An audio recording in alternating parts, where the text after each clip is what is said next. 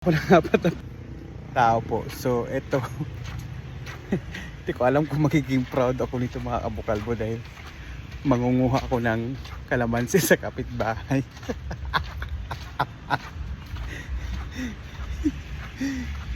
Wala namang, hindi ko alam kasi kung sino may-ari nito. Tingnan mo, ipakita ko sa inyo mga kabukalbo kung saan yung kalamansi na kuwan. So ayan yung mga kalamansi. Oh, di ba wala namang bahay. Marami kasi siyang bunga mga kabukalbo na lalaglag lang. So dito ako kukuha.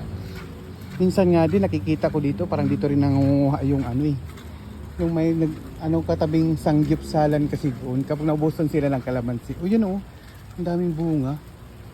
Yun yung mga kabukalbo, ang daming bunga nahihinog na. Diba? Wala na kuha, nalalaglag na lang, ang dami sa laglag. Bawal kumuha ng bunga ng kalamansi si Bro Louie lamang ng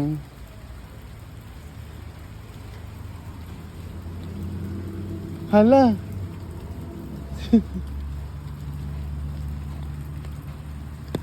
Pwede po ba makahingi ng kalamansi? 4 lang.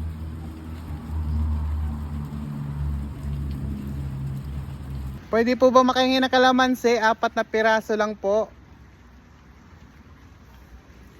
Pahingi po. 4 na piraso lang po.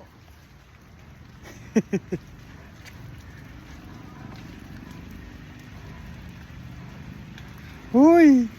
Natatakot man ako. May nakalagay na bawal daw. Permit siya bro. Bro gimo daw. May nakalagay mo na bawal.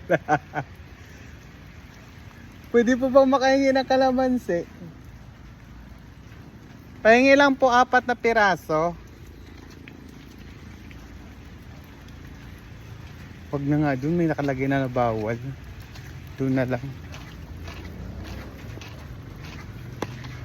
Nalalaglag naman na yung kalamansi.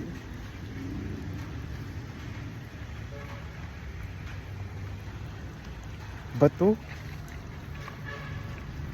Doon na lang ako sa kabila. Doon na lang ako sa kabila. May nakalagay dun sa baba na kay lang daw. Damot, nalalaglag na nga yung kalamansi. Dito na lang ako sa kabila mga kabukalbo. Dito sa nakabakod. Dito sa nakabakod yun, hindi nakabakod pero may nakalagay naman na bawal daw. Si lang daw pwede. Dito mga kabukalbo dito.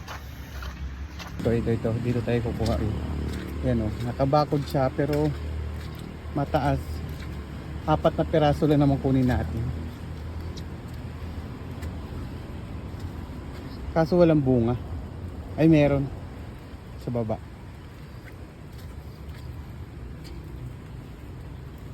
Paano ako papasok? Kuya, pwede makahingi pa kalamansi? Kaso may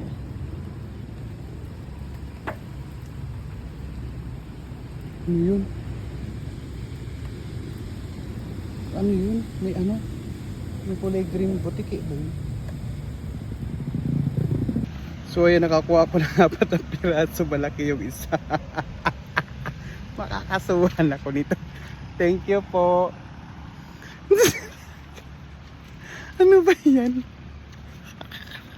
Tawag-tawa pa ako sa ginagawa nito. Baka pa tayo dito Bad kasi mabalik. Hoy, wag yung tularan to Bad to, bad.